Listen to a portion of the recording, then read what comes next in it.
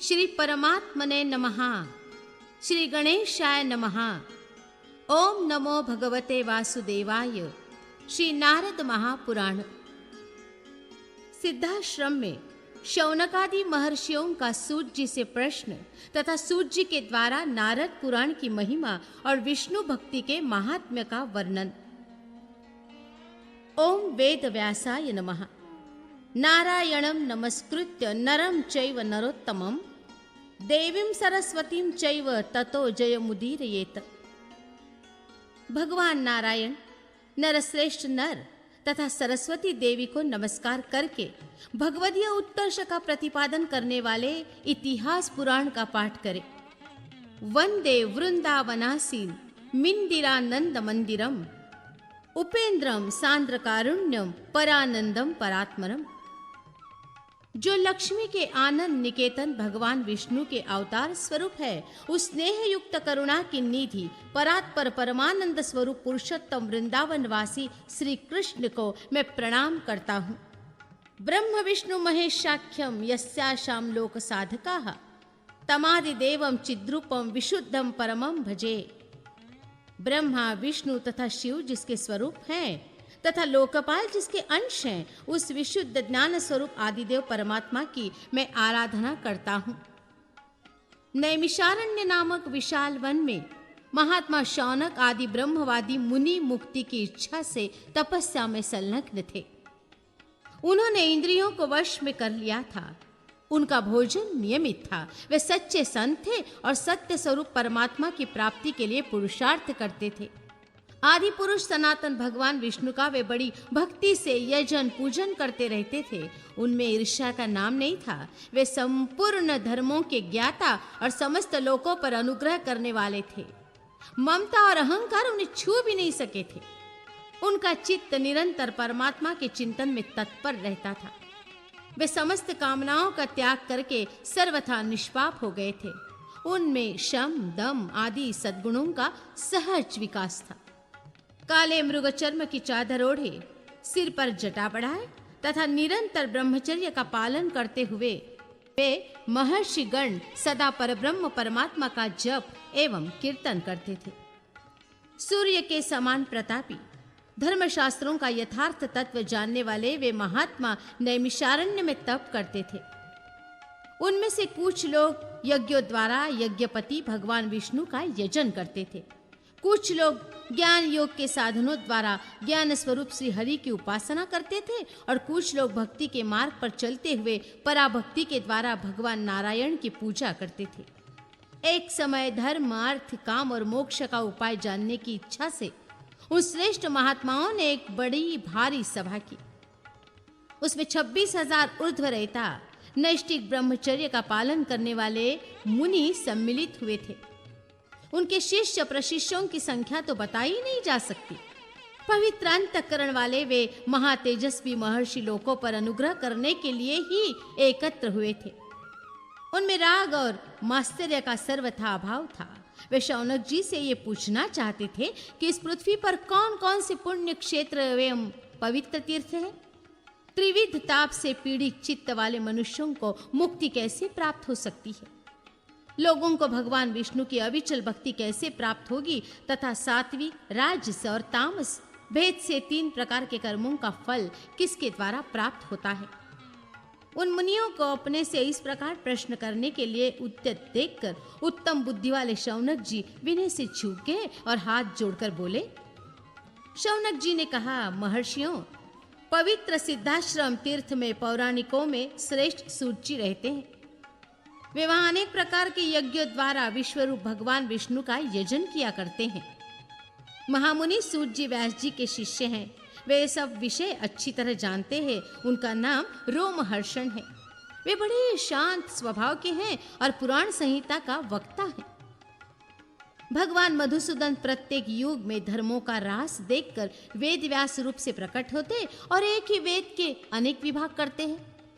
विप्रगण, हमने सब शास्त्रों में ये सुना है कि वेद व्यास मुनि साक्षात भगवान नारायण ही हैं। उन्हीं भगवान व्यास ने सूत जी को पुराणों का उपदेश दिया है। परम बुद्धिमान वेद व्यास जी के द्वारा भली भांति उपदेश पाकर सूत जी सब धर्मों के ज्ञाता हो गए हैं। संसार में उनसे बढ़कर दूसरा कोई पुराणों का ज्ञाता नहीं है, क्योंकि इस लोक में सूर्य ही पुराणों के तात्विक अर्थ को जानने वाले सर्वज्ञ और बुद्धिमान हैं। उनका स्वभाव शांत है। वे मोक्ष धर्म के ज्ञाता तो है ही, कर्म और भक्ति के विविध साधनों को भी जानते हैं। मुनीश्वरों, वेद, वेदांग और शास्त्रों का जो सारभूत तत्व है, वह सब मुनिवर व्यास ने जगत के हित के लिए पुराणों में बता दिया है, और ज्ञान सागर सूत जी उन सब का यथार्थ तत्व जानने में कुशल हैं। इसलिए हम लोग उन्हीं से सब बातें पूछें। इस प्रकार शौनक जी ने मुनियों से जब अपना अभिप्राय निवेदन किया, तब वे सब महर्षि विद्वानों में श्रेष्ठ शौनक जी को आलिंगन करके बहुत प्रसन्न हुए और उन्हें साधुवाद देने लगे। तदनंतर सब मुनि वन के भीतर पवित्र सिद्धाश्रम तीर्थ में गए, और वहां उन्होंने देखा कि सूत जी अग्निष्टोम यज्ञ के द्वारा अनंत अपराजित भगवान नारायण का यजन कर रहे हैं।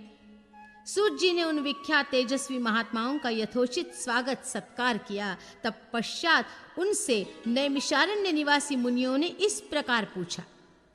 ऋषि बोले, उत्तम व्रत का पालन करने वाले सूत जी, हम आपके यहाँ अतिथि रूप में आए हैं, अतः आपसे आतिथ्य सत्कार पाने के अधिकारी हैं।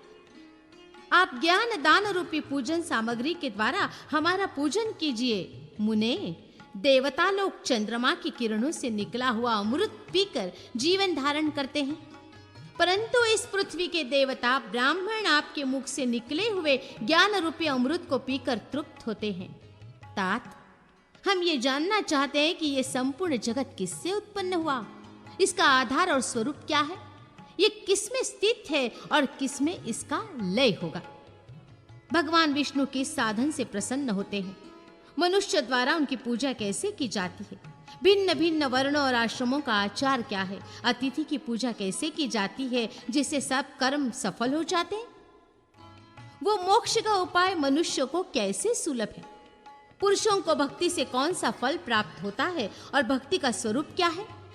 मुनि श्रेष्ठ सूत जी, ये सब बातें आप हमें इस प्रकार समझा कर बताएं कि फिर इनके विषय में कोई संदेह न रह जाए।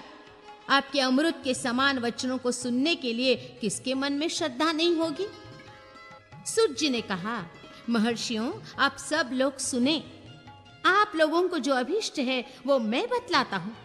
सनकादि मुनीश्वरों ने महात्मा नारद जी से जिसका वर्णन किया था, वो नारद पुराण आप सुने। ये वेदार्थ से परिपूर्ण है। इसमें वेद के सिद्धांतों का ही प्रतिपादन किया गया है। ये समस्त पापों की शांति तथा दुष्ट ग्रहों की बाधा का निवारण करने वाला है, दुष्स्वप्नों का नाश करने वाला, धर्म सम्मत तथा भोग एवं मोक्ष को देने वाला है। इसमें भगवान नारायण की पवित्र कथा का वर्णन है। ये नारद पुराण सब प्रकार के कल्याण की प्राप्ति का हेतु है, धर्म, अर्थ, काम एवं मोक्ष का भी कारण है। इसके द्वारा महान फलों की भी प्राप्ति होती है। यह अपूर्व पुण्य फल प्रदान करने वाला है। आप सब लोग एकाग्र चित्त होकर इस महापुराण को सुने। महापातकों तथा उपपातकों से युक्त मनुष्य भी महर्षि व्यास प्रोक्त इस दिव्य पुराण का श्रवण करके शुद्धि को प्राप्त होते हैं। इसके एक अध्याय का पाठ करने से अश्वमेध यज्ञ का और 2 अध्यायों के पाठ से राजस्वीय यज्ञ का फल मिलता है। ब्राह्मणों, ज्येष्ठ के महीने में पूर्णिमा तिथि को मूल नक्षत्र का योग होने पर मनुष्य इंद्रिय संयम पूर्वक मथुरापुरी की यमुना के जल में स्नान करके निराहार व्रत रहे और विधि पूर्वक भगवान श्री कृष्ण का पूजन करे, तो इससे उसे जिस फल की प्राप्ति होती है, उसी को वो इस पुराण के 3 अध्यायों का पाठ करके प्राप्त कर लेता है। इसके 10 अध्यायों का भक्तिभाव से श्रवण करके मनुष्य निर्वाण मोक्ष प्राप्त कर लेता है। ये पुराण कल्याण प्राप्ति के साधनों में सबसे श्रेष्ठ है। पवित्र ग्रंथों में इसका स्थान सर्वोत्तम है। ये बुरे स्वप्नों का नाशक और परम पवित्र है। ब्रह्मर्षियों, इसका यत्न पूर्वक श्रवण करना चाहिए। यदि मनुष्य श्रद्धा पूर्वक इसके एक श्लोक या आधे श्लोक का भी पाठ कर ले, तो ये महापातकों के समूह से तत्काल मुक्त हो जाता है। साधु पुरुषों के समक्ष ही इस पुराण का वर्णन करना चाहिए, क्योंकि ये गोपनीय से भी अत्यंत गोपनीय है। भगवान विष्णु के समक्ष किसी पुण्य क्षेत्र में तथा ब्राह्मण आदि द्विजातियों के निकट इस पुराण की कथा बांचनी चाहिए। जिन्होंने काम क्रोध आदि दोषों को त्याग दिया है, जिनका मन भगवान विष्णु की भक्ति में लगा है तथा जो सदाचार परायण है, उन्हीं को ये मोक्ष साधक पुराण सुनाना चाहिए। भगवान विष्णु सर्वदेवमय हैं। वे अपना स्मरण करने वाले भक्तों की समस्त पीड़ाओं का नाश कर देते हैं। श्रेष्ठ भक्तों पर उनका स्नेह धारा सदा प्रवाहित होती रहती है। ब्राह्मणों, भगवान विष्णु केवल भक्ति से ही संतुष्ट होते हैं, दूसरे किसी उपाय से नहीं। उनके नाम का बिना श्रद्धा के भी कीर्तन अथवा श्रवण कर लेने पर मनुष्य सब पापों से मुक्त हो अविनाशी वैकुंठ धाम को प्राप्त कर लेता है। भगवान मधुसूदन संसार रूपी भयंकर एवं दुर्गम वन को दग्ध करने के लिए दावा नल रूप हैं। महर्षियों, भगवान श्री हरि अपना स्मरण करने वाले पुरुषों के सब पापों का उसी क्षण नाश कर देते हैं। उनके तत्व का प्रकाश करने वाले इस उत्तम पुराण का श्रवण अवश्य करना चाहिए। सुनने अथवा पाठ करने से भी ये पुराण सब पापों का नाश करने वाला है। ब्राह्मणों, जिसकी बुद्धि भक्ति पूर्वक इस पुराण के सुनने में लग जाती है, वही कृतकृत्य है, वही संपूर्ण शास्त्रों का मर्मज्ञ पंडित है तथा उसी के द्वारा किए हुए तप और पुण्य को मैं सफल मानता हूँ। क्योंकि बिना तप और पुण्य के इस पुराण को सुनने में प्रेम नहीं हो सकता। जो संसार का हित करने वाले साधु पुरुष हैं, वे ही उत्तम कथाओं के कहने सुनने में प्रवृत्त होते हैं। पाप परायण दुष्ट पुरुष तो सदा दूसरों की निंदा और दूसरों के साथ कलह करने में ही लगे रहते हैं। द्विजवरों, जो नराधम पुराणों में अर्थवाद होने की शंका करते हैं, उनके किए हुए समस्त पुण्य नष्ट हो जाते हैं। विप्रवरों, मोहग्रस्त मानव दूसरे कार्यों के साधन में लगे रहते हैं, परंतु पुराण श्रवण रूप पुण्य कर्म का अनुष्ठान नहीं करते हैं। श्रेष्ठ ब्राह्मणों, जो मनुष्य बिना किसी परिश्रम के यह अनंत पुण्य प्राप्त करना चाहता हो, उसको भक्ति भाव से निश्चय ही पुराणों का श्रवण करना चाहिए। जिस पुरुष की चित्त वृत्ति पुराण सुनने में लग जाती है, उसके पूर्व जन्मोपार्जित समस्त पाप निस्संदेह नष्ट हो जाते हैं। जो मानव सत्संग, देव पूजा, पुराण कथा और हितकारी उपदेश में तत्पर रहता है, वो इस देह का नाश होने पर भगवान विष्णु के समान तेजस्वी स्वरूप धारण करके उन्हीं के परम धाम में चला जाता है। अतः विप्रवरों, आप लोग इस परम पवित्र नारद पुराण का श्रवण करें। इसके श्रवण करने से मनुष्य का मन भगवान विष्णु में संलग्न होता है और वो जन्म, मृत्यु तथा जरा आदि के बंधन से छूट जाता है। आदिदेव भगवान नारायण श्रेष्ठ वरणीय वरदाता तथा पुराण पुरुष हैं। उन्होंने अपने प्रभाव से संपूर्ण लोकों को व्याप्त कर रखा है। वे भक्त जनों के मनोवांछित पदार्थ को देने वाले हैं। उनका स्मरण करके मनुष्य मोक्ष पद को प्राप्त कर लेता है। ब्राह्मणों, जो ब्रह्मा, शिव तथा विष्णु आदि भिन्न भिन्न रूप धारण करके इस जगत की सृष्टि, संहार और पालन करते हैं, उन आदिदेव परम पुरुष परमेश्वर को अपने हृदय में स्थापित करके मनुष्य मुक्ति पा लेता है। जो नाम और जाति आदि की कल्पनाओं से रहित है, सर्वश्रेष्ठ तत्वों से भी परम उत्कृष्ट है, परात्पर पुरुष हैं, उपनिषदों के द्वारा जिनके तत्व का ज्ञान होता है तथा जो अपने प्रेमी भक्तों के समक्ष ही सगुण साकार रूप में प्रकट होते हैं, उन्हीं परमेश्वर की समस्त पुराणों और वेदों के द्वारा स्तुति की जाती है। अतः जो संपूर्ण जगत के ईश्वर, मोक्ष स्वरूप, उपासना के योग्य, अजन्मा, परम रहस्य रूप तथा समस्त पुरुषार्थों के हेतु हैं, उन भगवान विष्णु का स्मरण करके मनुष्य भवसागर से पार हो जाता है। धर्मात्मा, श्रद्धालु, मुमुक्षु, यति तथा वीतराग पुरुष ही ये पुराण सुनने के अधिकारी हैं। उन्हीं को इसका उपदेश करना चाहिए। पवित्र देश में, देव मंदिर के सभा मंडप में, पुण्य क्षेत्र में, पुण्य तीर्थ में तथा देवताओं और ब्राह्मणों के समीप पुराण का प्रवचन करना चाहिए। जो मनुष्य पुराण कथा के बीच में दूसरे से बातचीत करता है, वो भयंकर नरक में पड़ जाता है। जिसका चित्त एकाग्र नहीं है, वह सुनकर भी कुछ नहीं समझता। अतः एक चित्त होकर भगवत कथा अमृत का पान करना चाहिए। जिसका मन इधर उधर भटक रहा हो, उसे कथा रस का आस्वादन कैसे हो सकता? संसार में चंचल चित्त वाले मनुष्य को क्या सुख मिलता है? अतः दुख के साधनभूत समस्त कामनाओं का त्याग करके एकाग्र चित्त हो भगवान विष्णु का चिंतन करना चाहिए। जिस किसी उपाय से भी यदि अविनाशी भगवान नारायण का स्मरण किया जाए तो वे पातकी मनुष्य पर भी निस्संदेह प्रसन्न हो जाते हैं। संपूर्ण जगत के स्वामी तथा सर्वत्र व्यापक अविनाशी भगवान विष्णु में जिसकी भक्ति है उसका जन्म सफल हो गया और मुक्ति उसके हाथ में। विप्रवरों, भगवान विष्णु के भजन में संलग्न रहने वाले पुरुषों को धर्म, अर्थ, काम और मोक्ष चारों पुरुषार्थ जी द्वारा भगवान विष्णु की स्तुति। ऋषियों ने पूछा, सूत जी, सनत कुमार जी ने महात्मा नारद को किस प्रकार संपूर्ण धर्मों का उपदेश किया तथा उन दोनों का समागम किस तरह हुआ?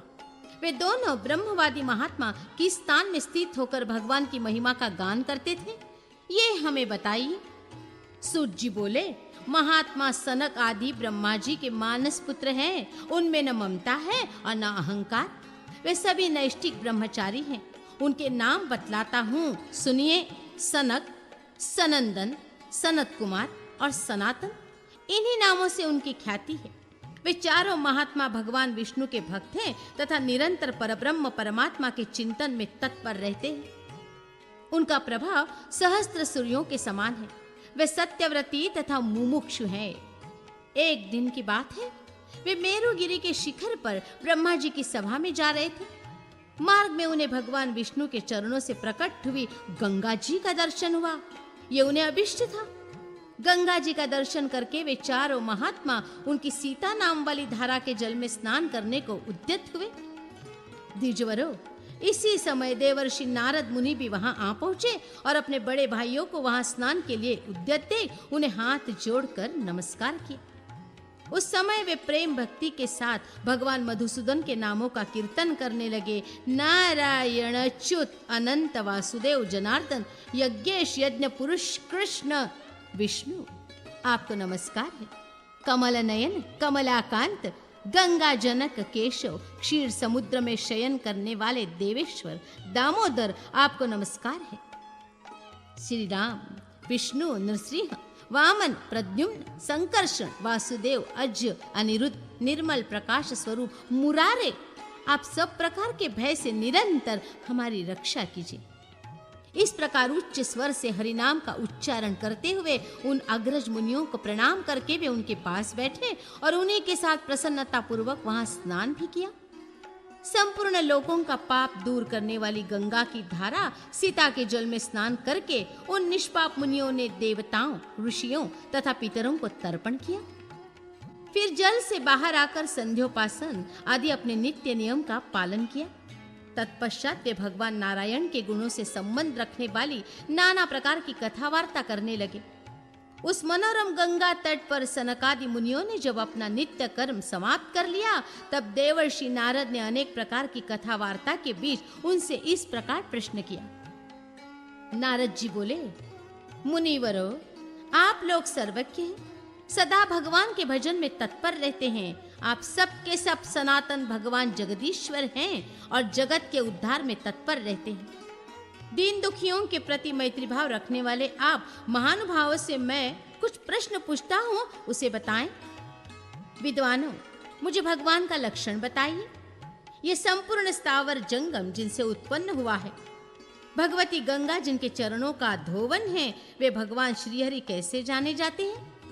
मनुष्य के मन, वाणी, शरीर से किए हुए कर्म कैसे सफल होते हैं? सबको मान देने वाले महात्माओं, ज्ञान और तपस्या का भी लक्षण बतलाइए। साथ ही अतिथि पूजा का भी महत्व समझाइए, जिससे भगवान विष्णु प्रसन्न होते हैं। हे नाथ, इस प्रकार के और भी जो गुह्य सत्कर्म भगवान विष्णु को प्रसन्न करने वाले हैं, उन सब का मुझ पर अनुग्रह करके यथार्थ रूप से वर्णन कीजिए। तदनंतर नारद जी भगवान की स्तुति करने लगे। जो पर से भी परे परम प्रकाश स्वरूप परमात्मा संपूर्ण कार्य कारण रूप जगत में अंतर्यामी रूप से निवास करते हैं तथा जो सगुण और निर्गुण रूप हैं, उनको नमस्कार है। जो माया से रहित है, परमात्मा जिनका नाम है, माया जिनकी शक्ति है, ये संपूर्ण विश्व जिनका स्वरूप है, जो योगियों के ईश्वर, योग स्वरूप तथा योग गम्य हैं, उन सर्वव्यापी भगवान विष्णु को नमस्कार है। जो ज्ञान स्वरूप, ज्ञान गम्य तथा संपूर्ण ज्ञान के एकमात्र हेतु हैं, ज्ञानेश्वर, ज्ञेय, ज्ञाता तथा विज्ञान संपत्ति रूप है, उन परमात्मा को नमस्कार है। जो ध्यान स्वरूप, ध्यानगम्य तथा ध्यान करने वाले साधकों के पाप का नाश करने वाले हैं, जो ध्यान के ईश्वर श्रेष्ठ बुद्धि से युक्त तथा ध्याता ध्येय स्वरूप है, उन परमेश्वर को नमस्कार है। सूर्य, चंद्रमा, अग्नि तथा ब्रह्मा आदि देवता, सिद्ध, यक्ष, असुर और नागगण जिनकी शक्ति से संयुक्त होकर ही कुछ करने में समर्थ होते हैं, जो अजन्मा, पुराण पुरुष, सत्य स्वरूप तथा स्तुति के अधीश्वर हैं, उन परमात्मा को मैं सर्वदा नमस्कार करता हूँ। ब्रह्मन, जो ब्रह्मा जी का रूप धारण करके संसार की सृष्टि और विष्णु रूप से जगत का पालन करते हैं तथा कल्प का अंत होने पर जो रुद्र रूप धारण करके संहार में प्रवृत्त होते हैं और एकारण वर्ग के जल में अक्षय वट के पत्र पर शिशु रूप से अपने चरणारविंद का रसपान करते हुए शयन करते हैं, उन अजन्मा परमेश्वर का मैं भजन करता हूँ, जिनके नाम का संकीर्तन करने से गजराज ग्राह के भयानक बंधन से मुक्त हो गया। जो प्रकाश स्वरूप देवता अपने परम पद में नित्य विराजमान रहते हैं, उन आदि पुरुष भगवान विष्णु की मैं शरण लेता हूँ। जो शिव की भक्ति करने वाले पुरुषों के लिए शिव स्वरूप और विष्णु का ध्यान करने वाले भक्तों के लिए विष्णु स्वरूप है, जो संकल्प पूर्वक अपने देह धारण में स्वयं ही हेतु है, उन नित्य परमात्मा की मैं शरण लेता हूँ। जो केशी तथा नरकासुर का नाश करने वाले हैं, जिन्होंने बाल्यावस्था में अपने हाथ के अग्रभाग से गिरिराज गोवर्धन को धारण किया था, पृथ्वी के भार का अपहरण जिनका स्वाभाविक विनोद है, उन दिव्य शक्ति संपन्न भगवान वासुदेव को मैं सदा प्रणाम करता हूँ। जिन्होंने खंभ में भयंकर नृसिंह रूप से अवतीर्ण हो पर्वत की चट्टान के समान कठोर दैत्य हिरण्यकशिपु के वक्षस्थल को विदीर्ण करके अपने भक्त प्रहलाद की रक्षा की, उन अजन्मा परमेश्वर को मैं नमस्कार करता हूँ। जो आकाश आदि तत्वों से विभूषित, परमात्मा नाम से प्रसिद्ध, निरंजन, नित्य, अमेय तत्व तथा कर्म रहित है, उन विश्व विधाता पुराण पुरुष परमात्मा को मैं नमस्कार करता हूँ। जो ब्रह्मा, इंद्र, रुद्र, अग्नि, वायु, मनुष्य, यक्ष, गंधर्व, असुर तथा देवता आदि अपने विभिन्न स्वरूपों के साथ स्थित है, जो एक अद्वितीय परमेश्वर है, उन आदि पुरुष परमात्मा का मैं भजन करता हूँ। ये भेद युक्त संपूर्ण जगत जिनसे उत्पन्न हुआ है, जिनमें स्थित है और संहार काल में जिनमें लीन हो जाएगा, उन परमात्मा की मैं शरण लेता हूँ। जो विश्व रूप में स्थित होकर यहाँ आसक्ति से प्रतीत होते हैं, परंतु वास्तव में जो असंग और परिपूर्ण हैं, उन परमेश्वर की मैं शरण लेता हूँ। जो भगवान सबके हृदय में स्थिर होकर भी माया से मोहित चित्त वालों को अनुभव में नहीं आते तथा जो परम शुद्ध स्वरूप हैं, उनकी मैं शरण लेता हूँ। जो लोग सब प्रकार की आसक्तियों से दूर रहकर ध्यान योग में अपने मन को लगाए हुए हैं, उन्हें जो सर्वत्र ज्ञान स्वरूप प्रतीत होते हैं, उन परमात्मा की मैं शरण लेता हूँ। क्षीर सागर में अमृत मंथन के समय जिन्होंने देवताओं के हित के लिए मंदराचल को अपनी पीठ पर धारण किया था, उन कूर्म रूपधारी भगवान विष्णु की मैं शरण लेता हूँ। जिन अनंत परमात्मा ने अपनी दाढ़ों के अग्रभाग द्वारा एकारणों के जल से इस पृथ्वी का उद्धार करके संपूर्ण जगत को स्थापित किया, उन वाराह रूपधारी भगवान विष्णु को मैं नमस्कार करता हूँ। अपने भक्त प्रहलाद की रक्षा करते हुए जिन्होंने पर्वत की शिला के समान अत्यंत कठोर वक्ष वाले हिरण्यकशिपु दैत्य को विदीर्ण करके मार डाला था, उन भगवान नृसिंह को मैं नमस्कार करता हूँ। विरोचन कुमार बलि से 3 पग भूमि पाकर जिन्होंने 2 ही पगों से ब्रह्मलोक पर्यंत संपूर्ण विश्व को माप लिया और उसे पुनः देवताओं के समर्पित कर दिया, उन अपराजित भगवान वामन को मैं नमस्कार करता हूँ। है हयराज सहस्त्र बाहु अर्जुन के अपराध से जिन्होंने समस्त क्षत्रिय कुल का 21 बार संहार किया, उन जमदग्नि नंदन भगवान परशुराम को नमस्कार, जिन्होंने राम, लक्ष्मण, भरत और शत्रुघ्न इन 4 रूपों में प्रकट हो वानरों की सेना से घिरकर राक्षस दल का संहार किया था, उन भगवान श्री रामचंद्र को मैं नमस्कार करता हूँ। जिन्होंने श्री बलराम और श्री कृष्ण इन 2 स्वरूपों को धारण करके पृथ्वी का भार उतारा और अपने यादव कुल का संहार कर दिया, उन भगवान श्री कृष्ण का मैं भजन करता हूँ। भुआ, भुवहा, स्वहा तीनों लोकों में व्याप्त अपने हृदय में साक्षात्कार करने वाले निर्मल बुद्धरूप परमेश्वर का मैं भजन करता हूँ। कलियुग में अंत में अशुद्ध चित्त वाले पापियों को तलवार की तीखी धार से मारकर जिन्होंने सत्ययुग के आदि में धर्म की स्थापना की है, उन कल की स्वरूप भगवान विष्णु को मैं प्रणाम करता हूँ। इस प्रकार जिनके अनेक स्वरूपों की गणना बड़े बड़े विद्वान करोड़ों वर्षों में भी नहीं कर सकते, उन भगवान विष्णु का मैं भजन करता हूँ। जिनके नाम की महिमा का पार पाने में संपूर्ण देवता, असुर और मनुष्य भी समर्थ नहीं है, उन परमेश्वर की मैं क्षुद्र जीव किस प्रकार स्तुति करूं? महापातकी मानव जिनके नाम का श्रवण करने मात्र से ही पवित्र हो जाते हैं, उन भगवान की स्तुति मुझ जैसा अल्प बुद्धि वाला व्यक्ति कैसे कर सकता है? जिनके नाम का किसी प्रकार कीर्तन अथवा श्रवण कर लेने पर भी पापी पुरुष अत्यंत शुद्ध हो जाते हैं और शुद्धात्मा मनुष्य मोक्ष को प्राप्त कर लेते हैं। निष्पाप योगी जन अपने मन को बुद्धि में स्थापित करके जिनका साक्षात्कार करते हैं, उन ज्ञान स्वरूप परमेश्वर की मैं शरण लेता हूँ। सांख्य योगी संपूर्ण भूतों में आत्मा रूप से परिपूर्ण हुए जिन जरा रहित आदिदेव श्री हरि का साक्षात्कार करते हैं, उन ज्ञान स्वरूप भगवान का मैं भजन करता हूँ। संपूर्ण जीव जिनके स्वरूप हैं, जो शांत स्वरूप हैं, सबके साक्षी ईश्वर सहस्त्रों मस्तकों से सुशोभित तथा भावरूप है, उन भगवान श्री हरि की मैं वंदना करता हूँ। भूत और भविष्य चराचर जगत को व्याप्त करके जो उससे 10 अंगुल ऊपर स्थित है, उन जरा मृत्यु रहित परमेश्वर का मैं भजन करता हूँ। जो सूक्ष्म से भी अत्यंत सूक्ष्म, महान से भी अत्यंत महान तथा गुह्य से भी अत्यंत गुह्य है, उन अजन्मा भगवान को मैं बार बार प्रणाम करता हूँ। जो परमेश्वर ध्यान, चिंतन, पूजन, श्रवण अथवा नमस्कार मात्र कर लेने पर भी जीव को अपना परम पद दे देते हैं, उन भगवान पुरुषोत्तम की मैं वंदना करता हूँ। इस प्रकार परम पुरुष परमेश्वर की नारद जी की स्तुति करने पर नारद सहित वे सनंदन आदि मुनीश्वर बड़ी प्रसन्नता को प्राप्त हुए। उनके नेत्रों में आनंद के आंसू भराए थे। जो मनुष्य प्रातःकाल उठकर परम पुरुष भगवान विष्णु के उपयुक्त स्तोत्र का पाठ करता है, वो सब पापों से शुद्ध चित्त होकर भगवान विष्णु के लोक सृष्टि क्रम का संक्षिप्त वर्णन, द्वीप, समुद्र और भारतवर्ष का वर्णन, भारत में सत्कर्मानुष्ठान की महत्ता तथा भगवत पर्ण पूर्वक कर्म करने की आज्ञा। नारद जी ने पूछा, सनत जी, आदिदेव भगवान विष्णु ने पूर्व काल में ब्रह्मा आदि की किस प्रकार सृष्टि की, ये बात मुझे बताइए, क्योंकि आप सर्वज्ञ हैं। श्री सनक जी ने कहा, देवर्षे, भगवान नारायण अविनाशी, अनंत, सर्वव्यापी तथा निरंजन है। उन्होंने इस संपूर्ण चराचर जगत को व्याप्त कर रखा है। स्वयं प्रकाश जगन्मय महाविष्णु ने आदि सृष्टि के समय भिन्न भिन्न गुणों का आश्रय लेकर अपनी 3 मूर्तियों को प्रकट किया। पहले भगवान ने अपने दाहिने अंग से जगत की सृष्टि के लिए प्रजापति ब्रह्मा जी को प्रकट किया। फिर अपने मध्य अंग से जगत का संहार करने वाले रुद्र नामधारी शिव को उत्पन्न किया।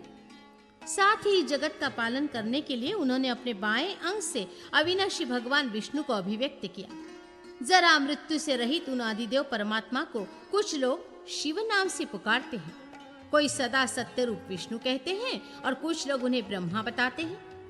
भगवान विष्णु की जो पराशक्ति है, वही जगत रूपी कार्य का संपादन करने वाली है। भाव और अभाव दोनों उसी के स्वरूप हैं। वही भाव रूप से विद्या और अभाव रूप से अविद्या कहलाती है। जिस समय ये संसार महाविष्णु से भिन्न प्रतीत होता है, उस समय अविद्या सिद्ध होती है, वही दुख का कारण होती है। नारद जी, जब तुम्हारी ज्ञाता, ज्ञान, ज्ञेय रूप की उपाधि नष्ट हो जाएगी और सब रूपों में एकमात्र भगवान महाविष्णु ही है, ऐसी भावना बुद्धि में होने लगेगी, उस समय विद्या का प्रकाश होगा। वह अभेद बुद्धि ही विद्या कहलाती है। इस प्रकार महाविष्णु की माया शक्ति उनसे भिन्न प्रतीत होने पर जन्म मृत्यु रूप संसार बंध को देने वाली होती है, और वही यदि अभेद बुद्धि से देखी जाए तो संसार बंधन का नाश करने वाली बन जाती है। ये संपूर्ण चराचर जगत भगवान विष्णु की शक्ति से उत्पन्न हुआ है। इसलिए जंगम जो चेष्टा करता है और स्थावर जो चेष्टा नहीं करता, वह संपूर्ण विश्व भिन्न भिन्न प्रतीत होता है।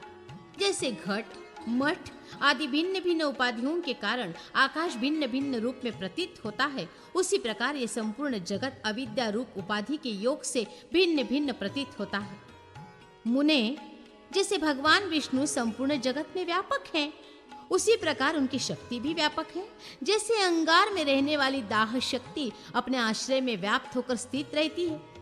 कुछ लोग भगवान की उस शक्ति को लक्ष्मी कहते हैं और कुछ लोग उसे उमा और भारती, सरस्वती आदि नाम देते हैं। भगवान विष्णु की वो पराशक्ति जगत की सृष्टि आदि करने वाली है। वो व्यक्त और अव्यक्त रूप से संपूर्ण जगत को व्याप्त करके स्थित है। जो भगवान अखिल विश्व की रक्षा करते हैं वे ही परम पुरुष नारायण देव हैं। अतः जो परात्पर अविनाशी तत्व है, परम पद भी वही है। वही अक्षर, निर्गुण, शुद्ध, सर्वत्र परिपूर्ण एवं सनातन परमात्मा है। वे पर से भी परे हैं। परमानंद स्वरूप परमात्मा सब प्रकार की उपाधियों से रहित है। एकमात्र ज्ञान योग के द्वारा उनके तत्व का बोध होता है। वे सबसे परे हैं। सत, चित और आनंद ही उनका स्वरूप है। वे स्वयं प्रकाश में परमात्मा नित्य शुद्ध स्वरूप है, तथापि तत्व आदि गुणों के भेद से 3 स्वरूप धारण करते हैं। उनके ये ही तीनों स्वरूप जगत की सृष्टि, पालन और संहार के कारण होते हैं। मुने, जिस स्वरूप से भगवान इस जगत की सृष्टि करते हैं उसी का नाम ब्रह्मा है। ये ब्रह्मा जी जिनके नाभि कमल से उत्पन्न हुए हैं, वे ही आनंद स्वरूप परमात्मा विष्णु इस जगत का पालन करते हैं। उनसे बढ़कर दूसरा कोई नहीं है। वे संपूर्ण जगत के अंतर्यामी आत्मा हैं। समस्त संसार में वे ही व्याप्त हो रहे हैं। वे सबके साक्षी तथा निरंजन हैं। वे ही भिन्न और अभिन्न रूप में स्थित परमेश्वर है। उन्हीं की शक्ति महामाया है जो जगत की सत्ता का विश्वास धारण कराती है। विश्व की उत्पत्ति का आदि कारण होने से विद्वान पुरुष उसे प्रकृति कहते हैं।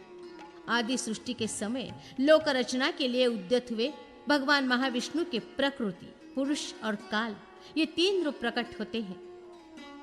शुद्ध अंतःकरण वाले ब्रह्म रूप से जिसका साक्षात्कार करते हैं, जो विशुद्ध परम धाम कहलाता है, वही विष्णु का परम पद है। इसी प्रकार वे शुद्ध अक्षर अनंत परमेश्वर ही काल रूप में स्थित है। वे ही सत्व, रज, तम रूप तीनों गुणों में विराज रहे हैं तथा गुणों के आधार भी वे ही हैं। वे सर्वव्यापी परमात्मा ही इस जगत के आदि स्रष्टा हैं।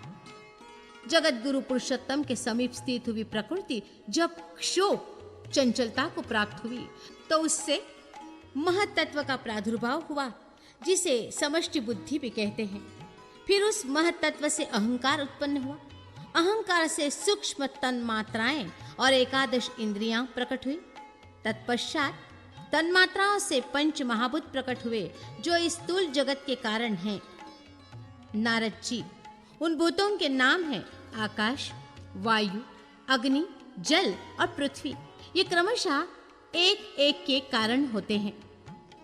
तदनंतर संसार की सृष्टि करने वाले भगवान ब्रह्मा जी ने तामस सर्ग की रचना की। तियर्क योनि वाले पशु पक्षी तथा मृग आदि जंतुओं को उत्पन्न किया। उस सर्ग को पुरुषार्थ का साधक न मानकर ब्रह्मा जी ने अपने सनातन स्वरूप से देवताओं को सात्विक सर्ग को उत्पन्न किया। तत्पश्चात उन्होंने मनुष्यों की राजस सर्ग की सृष्टि की। इसके बाद दक्ष आदि पुत्रों को जन्म दिया, जो सृष्टि के कार्य में तत्पर हुए। ब्रह्मा जी के इन पुत्रों से देवताओं, असुरों तथा मनुष्यों सहित ये संपूर्ण जगत भरा हुआ है। भूरलोक, भुवरलोक, स्वरलोक, महरलोक, जनलोक, तपलोक तथा सत्यलोक, ये 7 लोक क्रमशः एक के ऊपर एक स्थित हैं। विप्रवर, अतल, वितल, सुतल, तलातल, महातल, रसातल तथा पाताल, ये 7 पाताल क्रमशः एक के नीचे एक स्थित हैं। इन सब लोकों में रहने वाले लोकपालों को भी ब्रह्मा जी ने उत्पन्न किया। भिन्न भिन्न देशों के कुल पर्वतों और नदियों की भी सृष्टि की तथा वहां के निवासियों को लिए जीविका आदि सब आवश्यक वस्तुओं की भी यथायोग्य व्यवस्था की। इस पृथ्वी के मध्य भाग में मेरु पर्वत है, जो समस्त देवताओं का निवास स्थान है। जहां पृथ्वी की अंतिम सीमा है, वहां लोकालोक पर्वत की स्थिति है। मेरु तथा लोकालोक पर्वत के बीच में 7 समुद्र और 7 द्वीप हैं। विप्रवर, प्रत्येक द्वीप में 7 मुख्य पर्वत तथा निरंतर जल प्रवाहित करने वाली अनेक विख्यात नदियां भी हैं। वहां के निवासी मनुष्य देवताओं के समान तेजस्वी होते हैं। जम्बू, प्लक्ष, शाल्मली, कुश, कौंच, शाक तथा पुष्कर, ये 7 द्वीपों के नाम हैं। वे सब की सब देवभूमियां हैं। ये सातों द्वीप 7 समुद्रों से घिरे हुए हैं। क्षारोत, इक्षुरसोत, सुरोत, घृत, दधि, दुग्ध तथा स्वादु जल से भरे हुए वे समुद्र उन्हीं नामों से प्रसिद्ध हैं। इन द्वीपों और समुद्रों को क्रमशः पूर्व की अपेक्षा उत्तरोत्तर दूने विस्तार वाले जानना चाहिए। वे सब लोकालोक पर्वत तक स्थित हैं। क्षार समुद्र से उत्तर और हिमालय पर्वत से दक्षिण के प्रदेश को भारतवर्ष समझना चाहिए और समस्त कर्मों का फल देने वाला है। नारद जी, भारतवर्ष में मनुष्य जो सात्विक, राजसिक और तामसिक 3 प्रकार के कर्म करते हैं, उनका फल भोग भूमियों में क्रमशः भोगा जाता है। विप्रवर, भारतवर्ष में किया हुआ जो शुभ अथवा अशुभ कर्म है, उसका क्षणभंगुर बचा हुआ फल जो जीवों द्वारा अन्यत्र भोगा जाता है। आज भी देवता लोग भारत भूमि में जन्म लेने की इच्छा करते हैं। वे सोचते हैं हम लोग कब संचित किए हुए महान अक्षय, निर्मल एवं शुभ पुण्य के फलस्वरूप भारतवर्ष की भूमि पर जन्म लेंगे और कब वहां महान पुण्य करके परम पद को प्राप्त होंगे, अथवा वहां नाना प्रकार के दान, भांति भांति के यज्ञ या तपस्या के द्वारा जगदीश्वर श्री हरि की आराधना करके उनके नित्यानंदमय अनामय पद को कब प्राप्त कर लेंगे। नारद जी, जो भारत भूमि में जन्म लेकर भगवान विष्णु की आराधना में लग जाता है, उसके समान पुण्यात्मा तीनों लोकों में कोई नहीं है। भगवान के नाम और गुणों का कीर्तन जिसका स्वभाव बन जाता है, जो भगवदत्तों को प्रिय होता है, अथवा जो महापुरुषों की सेवा शुश्रूषा करता है, वह देवताओं के लिए भी वंदनीय है। जो नित्य भगवान विष्णु की आराधना में तत्पर है अथवा हरि भक्तों के स्वागत सत्कार में संलग्न रहता है और उन्हें भोजन कराकर बचे हुए श्रेष्ठ अन्न का स्वयं सेवन कराता है, वह भगवान विष्णु के परम पद को प्राप्त होता है। जो अहिंसा आदि धर्मों के पालन में तत्पर होकर शांत भाव से रहता है और भगवान के नारायण, कृष्ण तथा वासुदेव आदि नामों का उच्चारण करता है, वो श्रेष्ठ इंद्रादि देवताओं के लिए भी वंदनीय है। जो मानव शिव, नीलकंठ तथा शंकर आदि नामों द्वारा भगवान शिव का स्मरण करता तथा सदा संपूर्ण जीवों के हित में संलग्न रहता है, वो भी देवताओं के लिए पूजनीय माना गया है। जो गुरु का भक्त, शिव का ध्यान करने वाला, अपने आश्रम धर्म के पालन में तत्पर, दूसरों के दोष न देखने वाला, पवित्र तथा कार्य कुशल है, वो भी देवेश्वर द्वारा पूज्य होता है। जो ब्राह्मणों का हित साधन करता है, वर्ण धर्म और आश्रम धर्म में श्रद्धा रखता है तथा सदा वेदों के स्वाध्याय में तत्पर होता है, उसे पंक्ति पावन मानना चाहिए। जो देवेश्वर भगवान नारायण तथा शिव में कोई भेद नहीं देखता, वो ब्रह्मा जी के लिए भी सदा वंदनीय है। फिर हम लोगों की तो बात ही क्या है नारद जी। जो गौओं के प्रति क्षमाशील, उन पर क्रोध न करने वाला, ब्रह्मचारी, पराई निंदा से दूर रहने वाला तथा संग्रह से रहित है, वो भी देवताओं के लिए पूजनीय है।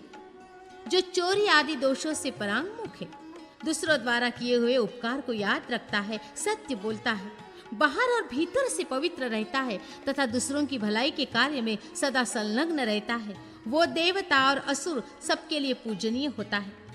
जिसकी बुद्धि वेदार्थ श्रवण करने, पुराण की कथा सुनने तथा सत्संग में लगी होती है, वो भी इंद्रादि देवताओं द्वारा वंदनीय होता है। जो भारतवर्ष में रहकर श्रद्धा पूर्वक पूर्वोक्त प्रकार के अनेकानेक सत्कर्म करता रहता है, वह हम लोगों के लिए वंदनीय है। जो शीघ्र ही इन पुण्यात्माओं से किसी एक की श्रेणी में अपने आप को ले जाने की चेष्टा नहीं करता, वो पापाचारी एवं मूढ़ी है, उससे बढ़कर बुद्धिहीन दूसरा कोई नहीं है। जो भारतवर्ष में जन्म लेकर पुण्य कर्म से विमुख होता है, वह अमृत का घड़ा छोड़कर विष के पात्र को अपनाता है। मुने, जो मनुष्य वेदों और स्मृतियों में बताते धर्मों का आचरण करके अपने आप को पवित्र नहीं करता, वही आत्महत्यारा तथा पापियों का अगुआ है। मुनीश्वर, जो कर्मभूमि भारतवर्ष का आश्रय लेकर धर्म का आचरण नहीं करता, वो वेदज्ञ महात्माओं द्वारा सबसे अधम कहा गया है। जो शुभ कर्मों का परित्याग करके पाप कर्मों का सेवन करता है, वो कामधेनु को छोड़कर आग का दूध खोजता फिरता है। विप्रवर, इस प्रकार ब्रह्मा आदि देवता भी अपने भोगों के नाश से भयभीत होकर भारतवर्ष के भूभाग की प्रशंसा किया करते हैं। अतः भारतवर्ष को सबसे अधिक पवित्र तथा उत्तम समझना चाहिए। ये देवताओं के लिए भी दुर्लभ तथा सब कर्मों का फल देने वाला है। जो इस पुण्यमय भूखंड में सत्कर्म करने के लिए उद्यत होता है, उसके समान भाग्यशाली तीनों लोकों में दूसरा कोई नहीं है। जो इस भारतवर्ष में जन्म लेकर अपने कर्म बंधन को काट डालने की चेष्टा करता है, वह नर रूप में छिपा हुआ साक्षात नारायण है। जो परलोक में उत्तम फल प्राप्त करने की इच्छा रखता है, उसे आलस्य छोड़कर सत्कर्मों का अनुष्ठान करना चाहिए। उन कर्मों को भक्ति पूर्वक भगवान विष्णु को समर्पित कर देने पर उनका फल अक्षय माना गया है। यदि कर्म फलों की ओर से मन में वैराग्य हो तो अपने पुण्य कर्म को भगवान विष्णु में प्रेम होने के लिए उनके चरणों में समर्पित कर दे। ब्रह्मलोक तल के सभी लोग पुण्यक्षय होने पर पुनर्जन्म देने वाले होते हैं, परंतु जो कर्मों का फल नहीं चाहता, वह भगवान विष्णु के परम पद को प्राप्त कर लेता है। भगवान की प्रसन्नता के लिए वेद शास्त्रों द्वारा बताए हुए आश्रमानुकूल कर्मों का अनुष्ठान करना चाहिए। जिसने कर्म फल की कामना त्याग दी है, वह अविनाशी पद को प्राप्त होता है। मनुष्य निष्काम हो या सकाम, उसे विधि पूर्वक कर्म अवश्य करना चाहिए। जो अपने वर्ण और आश्रम के कर्म छोड़ देता है, वह विद्वान पुरुषों द्वारा पतित कहा जाता है। नारद जी, सदाचार परायण ब्राह्मण अपने ब्रह्म तेज के साथ वृद्धि को प्राप्त होता है। यदि वह भगवान के चरणों में भक्ति रखता है तो उस पर भगवान विष्णु बहुत प्रसन्न होते हैं। समस्त धर्मों के फल भगवान वासुदेव हैं। तपस्या का चरम लक्ष्य भी वासुदेव ही है। वासुदेव के तत्व को समझ लेना ही उत्तम ज्ञान है तथा वासुदेव को प्राप्त कर लेना ही उत्तम गति है। ब्रह्मा जी से लेकर कीट पर्यंत ये संपूर्ण स्थावर जंगम जगत वासुदेव स्वरूप है। उनसे भिन्न कुछ भी नहीं है। वे ही ब्रह्मा और शिव हैं। वे ही देवता, असुर तथा यज्ञ रूप हैं। वे ही ये ब्रह्मांड भी है। उनसे भिन्न अपनी पृथक सत्ता रखने वाली दूसरी कोई वस्तु नहीं, जिनसे पर या अपर कोई वस्तु नहीं है तथा जिनसे अत्यंत लघु और महान भी कोई नहीं है।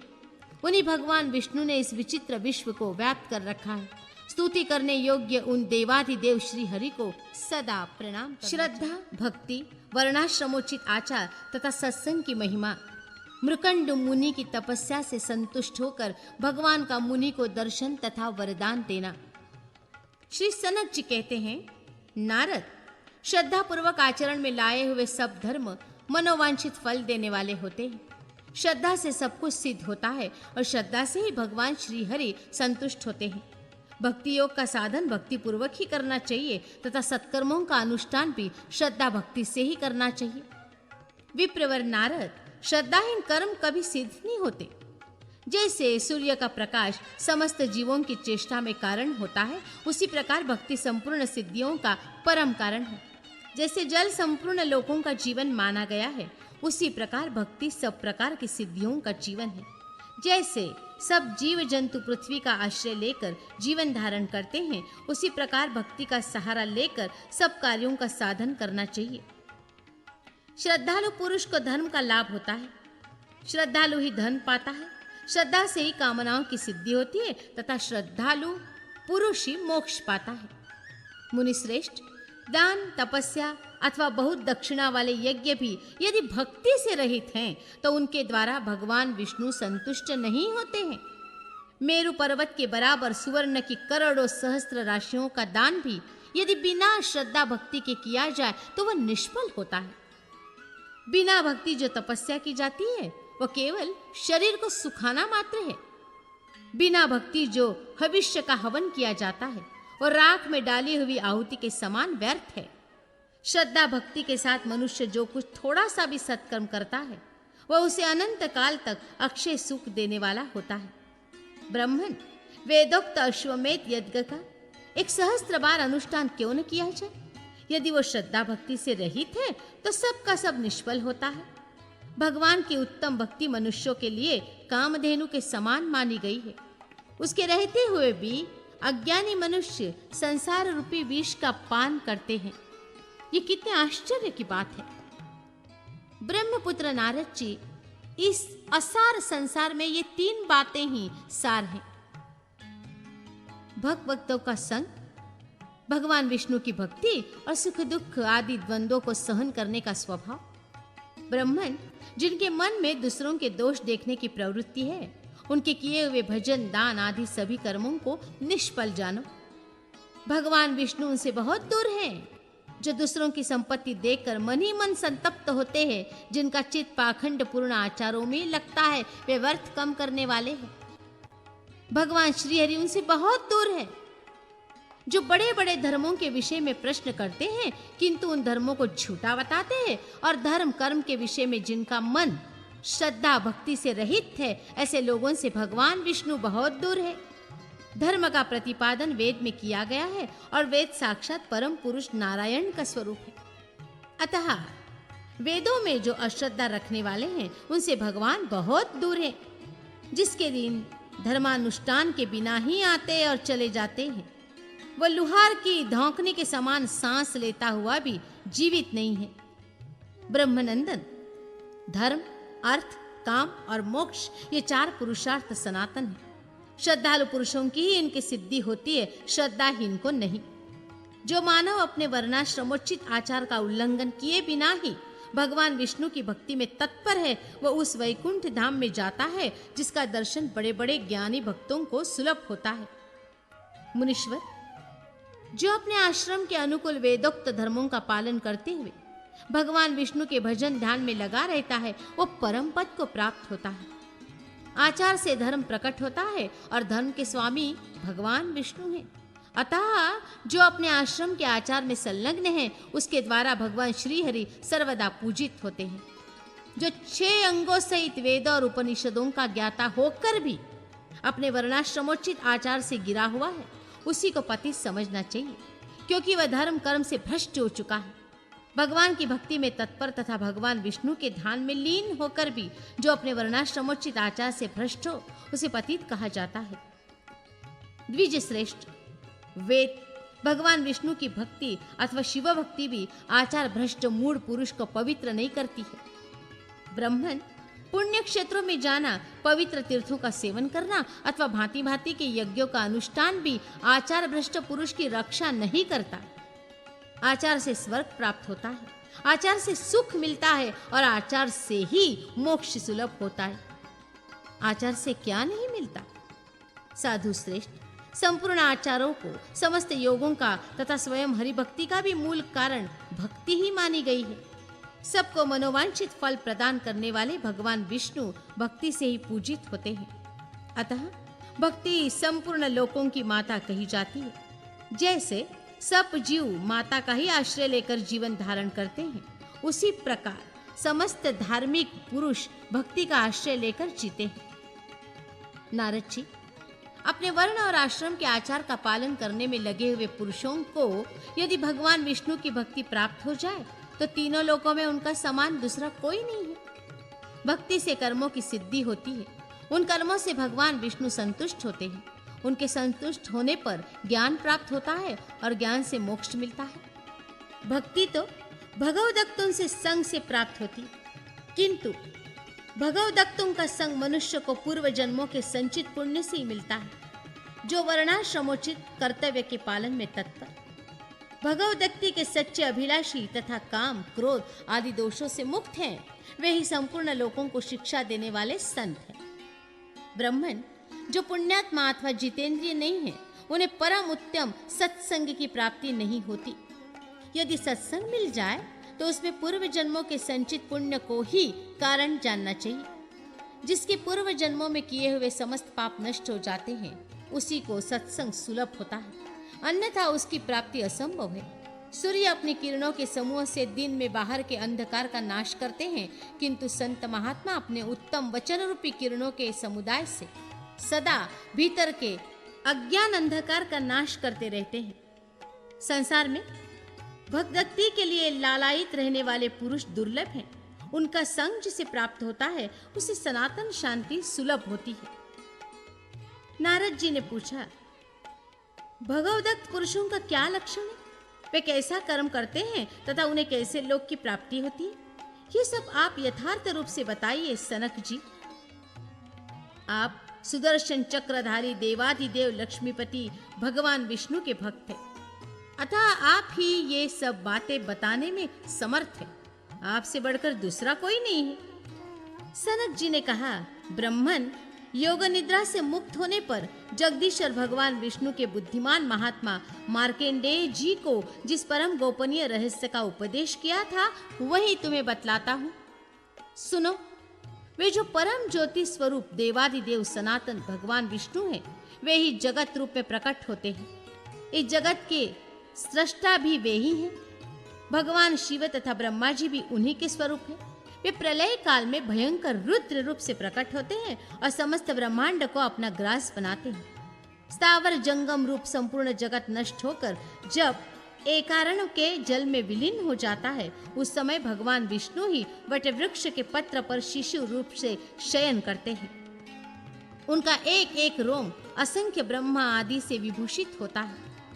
महाप्रलय के समय जब भगवान वटपत्र पर सो रहे थे, उस समय उस स्थान पर भगवान नारायण के परम भक्त महाभाग मार्कंडेय जी भगवान की विविध लीलाओं का दर्शन करते हुए खड़े थे। ऋषियों ने पूछा, मुने, हमने पहले से सुन रखा है कि उस महाभयंकर प्रलय काल में स्थावर जंगम समस्त प्राणी नष्ट हो गए थे और एकमात्र भगवान श्री हरि ही विराजमान थे। जब समस्त चराचर जगत नष्ट होकर एकारण में विलीन हो चुका था, तब सबको अपना ग्रास बनाने वाले श्री हरि ने मार्कंडेय मुनि को किस लिए बचा रखा था? सूत जी, इस विषय को लेकर हमारे मन में बड़ा कौतूहल हो रहा है, अतः इसका निवारण कीजिए। भगवान विष्णु की सुयश सुधा का पान करने में किसे आलस्य हो सकता है? सूत जी बोले, ब्राह्मणों, पूर्व काल में मृकंडु नाम से विख्यात एक महाभाग मुनि हो गए हैं। उन महातपस्वी महर्षि ने शालग्राम नामक महान तीर्थ में बड़ी भारी तपस्या की। ब्रह्मन, उन्होंने 10,000 युगों तक सनातन ब्रह्म का गुणगान करते हुए उपवास किया। वे बड़े क्षमाशील, सत्य प्रतिज्ञ और जितेंद्रिय थे। समस्त प्राणियों को अपने समान देखते थे। उनके मन में विषय भोगों के लिए तनिक भी कामना नहीं थी। वे संपूर्ण जीवों के हितैषी तथा मन और इंद्रियों को वश में रखने वाले थे। उन्होंने उक्त तीर्थ में बड़ी भारी तपस्या की। उनकी तपस्या से शंकित हो इंद्र आदि सब देवता उस समय अनामय परमेश्वर भगवान नारायण की शरण में गए। क्षीरसागर के उत्तर तट पर जाकर देवताओं ने देव देवेश्वर जगत गुरु पद्मनाभ का इस प्रकार स्तवन किया। देवता बोले, हे अविनाशी नारायण, हे अनंत, हे शरणागत पालक, हम सब देवता मृकंडु मुनि की तपस्या से भयभीत हो आपकी शरण में आए हैं। आप हमारी रक्षा कीजिए। देवादि देवेश्वर आपकी जय हो। शंख और गदा धारण करने वाले देवता आपकी जय हो। ये संपूर्ण जगत आपका स्वरूप है। आपको नमस्कार है। आप ही ब्रह्मांड की उत्पत्ति के आदि कारण हैं। आपको नमस्कार है। देव देवेश्वर आपको नमस्कार है। लोकपाल आपको नमस्कार है। संपूर्ण जगत की रक्षा करने वाले आपको नमस्कार है। लोक साक्षीन आपको नमस्कार है। ध्यान गम्य आपको नमस्कार है। ध्यान के हेतुभूत ध्यान स्वरूप तथा ध्यान के साक्षी परमेश्वर आपको नमस्कार है। पृथ्वी आदि 5 भूत आपके ही स्वरूप हैं। आपको नमस्कार है। आप चैतन्य रूप हैं। आपको नमस्कार है। आप सबसे श्रेष्ठ है, ज्येष्ठ हैं। आपको नमस्कार है। आप शुद्ध स्वरूप है, निर्गुण है तथा गुण रूप है। आपको नमस्कार है। निराकार, साकार तथा अनेक रूप धारण करने वाले आपको नमस्कार है। गौओं तथा ब्राह्मणों के हितैषी आपको नमस्कार है। जगत का हित साधन करने वाले सच्चिदानंद स्वरूप गोविंद आपको बार बार नमस्कार है। इस प्रकार देवताओं द्वारा की हुई स्तुति को सुनकर शंख, चक्र और गदा धारण करने वाले भगवान लक्ष्मीपति ने उन्हें प्रत्यक्ष दर्शन दिया। उनके नेत्र खिले हुए कमल दल के समान शोभा पा रहे थे। उनका करोड़ों सूर्यों के समान प्रभाव था। सब प्रकार के दिव्य आभूषणों से वे युक्त थे। भगवान ने वक्षस्थल पर श्री वस चिन्ह सुशोभित हो रहा था। वे पीतांबर धारण किए हुए थे। उनकी आकृति बड़ी सौम्य थी। बाएं कंधे पर सुनहले रंग का यज्ञोपवीत चमक रहा था। बड़े बड़े महर्षि उनकी स्तुति कर रहे थे तथा श्रेष्ठ पार्षद उन्हें सब ओर से घेर कर खड़े थे। उनका दर्शन करके वे संपूर्ण देवता उनके तेज के समक्ष फीके पड़ गए और बड़ी प्रसन्नता के साथ पृथ्वी पर लेटकर अपने 8 अंगों से उन्हें प्रणाम किया। तब प्रसन्न हुए भगवान विष्णु प्रणाम करने वाले इंद्रादि देवताओं को आनंदित करते हुए गंभीर वाणी में बोले। श्री भगवान ने कहा, देवताओं, मैं जानता हूं मृकंडु मुनि की तपस्या से तुम्हारे मन में बड़ा खेद हो रहा है, परंतु वे महर्षि साधु पुरुषों में अग्रगण्य हैं, अतः तुम्हें कष्ट नहीं देंगे। श्रेष्ठ देवताओं, जो साधु पुरुष हैं वे संपत्ति में हो या विपत्ति में किसी प्रकार भी दूसरे को कष्ट नहीं देते। वे स्वप्न में भी ऐसा नहीं करते। सज्जनों, जो मानव संपूर्ण जगत का हित करने वाला, दूसरों के दोष न देखने वाला तथा ईर्ष्या रहित है, वह इहलोक और परलोक में साधु पुरुषों द्वारा निश्शंक कहा जाता है। सशंक व्यक्ति सदा दुखी रहता है और निश्शंक पुरुष सुख पाता है। अतः तुम लोग निश्चिंत होकर अपने अपने घर जाओ। मृकंडु मुनि तुम्हें कोई कष्ट नहीं देंगे। इसके सिवा तुम्हारी रक्षा करने वाला मैं तो हूं ही, अतः सुखपूर्वक विचरो। इस प्रकार अलसी के फूल की भांति श्याम कांति वाले भगवान विष्णु देवताओं को वर देकर उनके देखते देखते वहीं अंतर्धान हो गए। देवताओं का मन प्रसन्न हो गए। वे जैसे आए थे उसी प्रकार स्वर्ग को लौट गए। भगवान श्री हरि ने प्रसन्न होकर मृकंडु को भी प्रत्यक्ष दर्शन दिया, जो स्वयं प्रकाश, निरंजन एवं निराकार परब्रह्म है। वहीं अलसी के फूल के समान श्याम सुंदर विग्रह धारण करके प्रकट हो गए। दिव्य आयुधों से सुशोभित उन पीतांबरधारी भगवान विष्णु को देखकर मृकंडु मुनि आश्चर्यचकित हो गए। उन्होंने ध्यान से आंखें खोलकर देखा, भगवान विष्णु सम्मुख विराजमान हैं। उनके मुख से प्रसन्नता टपक रही है। वे शांत भाव से स्थित है। जगत का धारण पोषण उन्हीं के द्वारा होता है। यह संपूर्ण विश्व उन्हीं का तेज है। भगवान का दर्शन करके मुनि का शरीर पुलकित हो उठा। उनके नेत्रों से आनंद के आंसू झरने लगे। उन्होंने पृथ्वी पर दंड की भांति गिरकर उन देवाधिदेव सनातन परमात्मा को प्रणाम किया। फिर हर्षजनक आंसुओं से भगवान के दोनों चरण पखारते हुए वे सिर पर अंजलि बांधे उनकी स्तुति करने लगे।